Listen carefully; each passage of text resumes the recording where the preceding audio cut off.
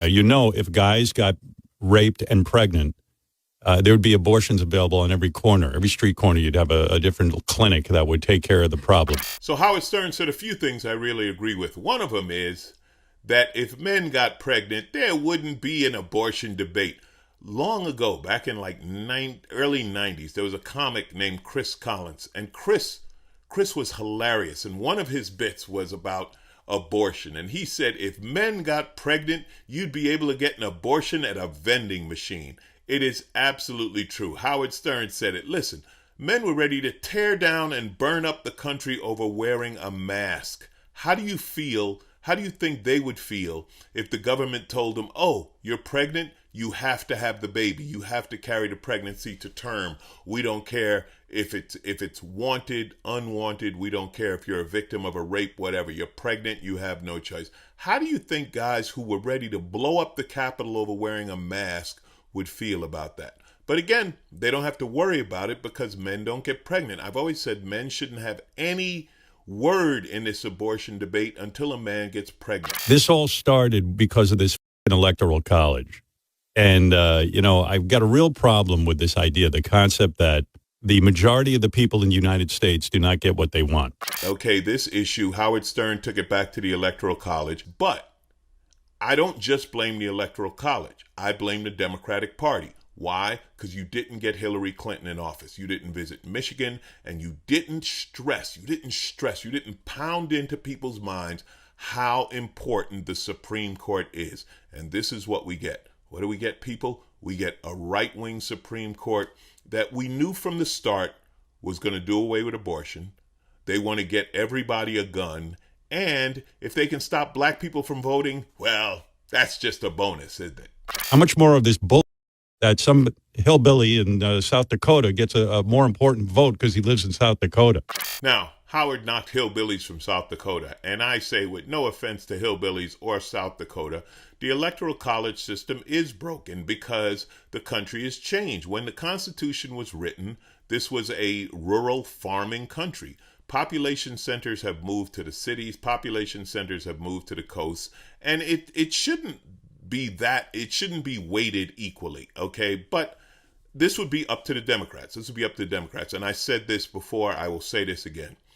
If a Republican, and it's never going to happen, but if a Republican ever won the popular vote and lost the electoral college and lost the presidential election, the Republicans would destroy the electoral college. It would be their number one thing, and they would do it. Why? Because Republicans get things done, okay? I don't agree with them. I don't agree with their methods, but they get things done. Can you imagine a Republican winning the popular vote and losing the election? No, you can't, because it would never happen. They would change the entire system. The Constitution means nothing to them. They're just about power and control, and that's what they've got. Legislate from the bench, like I said, it's fine as long as they're doing it. Then there's no problem with it. And the Democrats, they talk, they act outraged, blah, blah, blah, and they do nothing. I'm sorry. Nothing gets done. The Supreme Court should be expanded. There should be, like I say before, I read this, 25 justices. If there were 25 justices or more, then one or two justices wouldn't make a big difference. Instead, we have a Supreme Court that they installed some right-wingers on, and then you had Clarence Thomas go nuts and do what his wife says, and now Roe v. Wade will be overturned. The gun thing is going to go crazy, and they've already been dismantling voters' rights.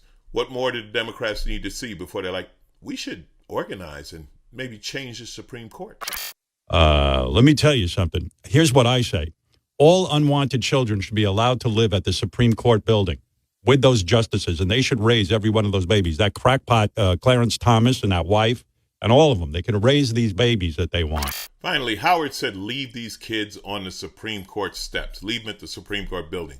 Wow, what a protest that would be if someone actually did that. Now, I'm not advocating that for real. You'd probably get arrested, but I get his point. These people don't care about children. All this talk about the sacred lives of children, they don't care about children. Any social program, whether it be for food, housing, health care for underprivileged or poor children, is considered a handout. It should not be done. public schools are horrible, absolutely horrible. What does the Republicans want to do? They want to ban books and make it worse. They don't want to educate children. They're against the student loan forgiveness program, because the last thing Republicans want is an educated populace. Don't pretend this has anything to do with Christianity, because this is not Jesus Christ. Jesus Christ's teachings, if you believe them, were very charitable, and it was a lot of love thy neighbor and help the humble and be humble and yeah, right. Not happening. Not so. This has nothing to do with that. It doesn't have to do with the rights of women. They don't care about the rights of women. It has to do with control. You hate immigrants for taking things you feel entitled to. You hate liberals because you feel like they're too entitled. You hate government interference for getting in the way of big business. You hate big business for being too globalized. You hate globalism for taking jobs away from American workers. You hate American workers for unionizing and demanding better jobs. When you say you love America, what aspect of America are you actually talking about?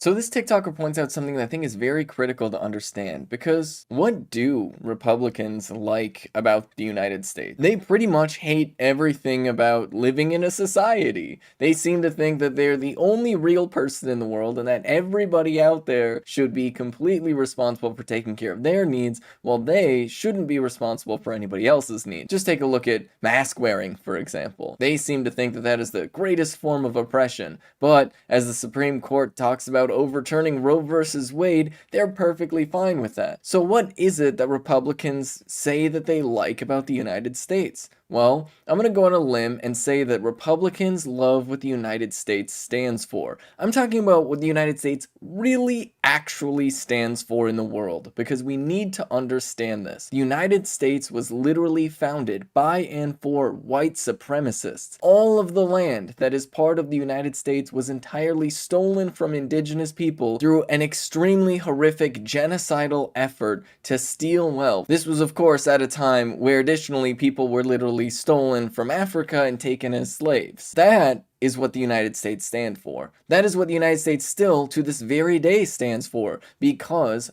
through our system of military violence, we force the rest of the world to participate in our economy. We are still actively stealing from the global south in order to reap the benefits of imperial violence. The harsh reality is that the United States has never stood for freedom. The United States never, in its entire history, has had universal voter enfranchisement. I mean, think about that.